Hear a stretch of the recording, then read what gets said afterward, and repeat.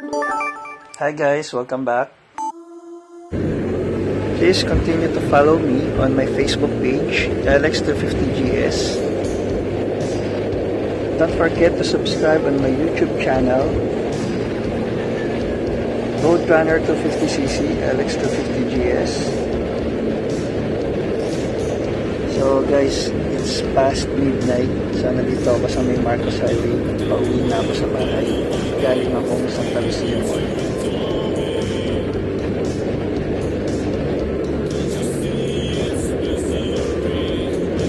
So kung mapapansin ninyo, ang daming truck.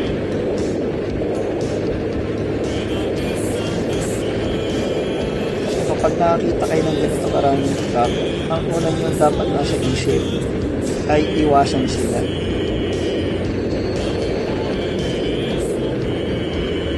So kailangan ninyong iwasan yung mga blind spot.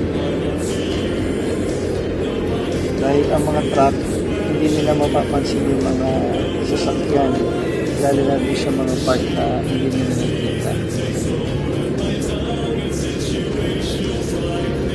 So ang discarding ginagawa ko, tinatansya ko muna yung driver ng truck kung paano siya magmaneho. So dumidistansya muna ako.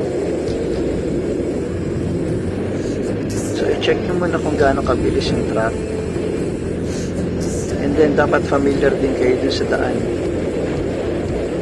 Para alam nyo kung kailan kayo o-overtake at kung saan kayo o-overtake.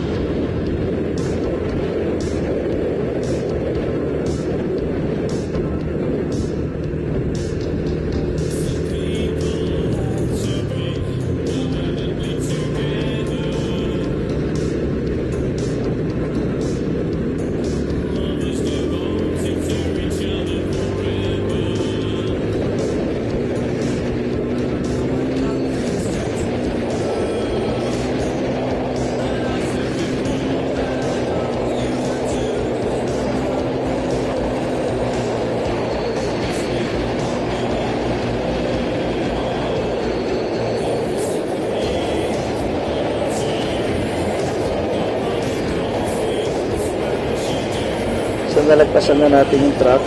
So nandito na tayo sa may bandang SM Maritim.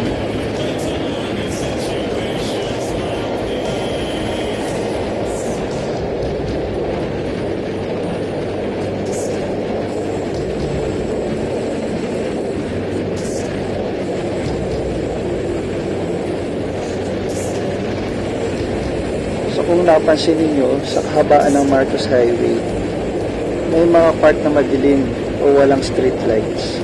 So doble ingat kayo pagka ganun guys.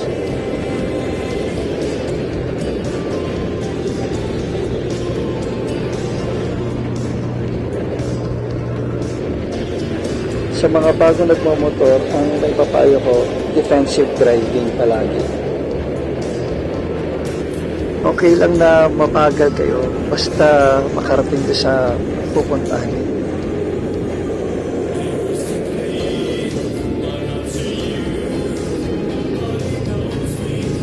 Isa pa pala guys, huwag kayong magdadrive kapag inaantok kayo. Walang pinagkaiba yon sa nakainom o lasing. Tapos magdadrive ng motor. So hopefully meron ulit kayo natutunan sa mga pinagsasabi ko.